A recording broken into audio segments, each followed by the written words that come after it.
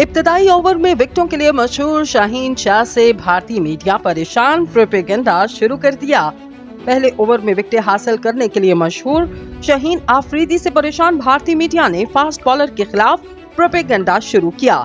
Asia cup में पाकिस्तान और भारत के दरमियान अहम मैच कल बरोज हफ्ता 2 सितंबर को श्रीलंका के पालिके स्टेडियम में खेला जाएगा। पाक भारत मैच से कबल भारतीय मीडिया ने फास्ट बॉलर शाहीन शाह आफरीदी की फिटनेस पर सवाल उठाना शुरू कर दिए और प्रोपेगेंडा किया जा रहा कि शाहीन आफरीदी नेपाल के खिलाफ मैच के दौरान फिटनेस मिसाइल से दो चार थे। भारतीय मीडिया का कहना है नेपाल के खिलाफ मैच में मेडिकल स्टाफ ने बाउंड्री लाइन पर शाहीन आफरीदी की ट्रीटमेंट की। भारतीय मीडिया ने शाहीन आफरीदी के पाक भारत मैच से मुमकिन बाहर होने पर मुतबादिल बॉलर का नाम भी दे दिया और कहा कि मोहम्मद वसीम जूनियर को भारत के खिलाफ मैच में शाहीन की जगह खिलाया जाएगा। इस हवाले से टीम मैनेजमेंट का कहना है शाहीन आफरीदी ने नेपाल के खिलाफ मुकम्मल फिटनेस के साथ 5 ओवर्स किए।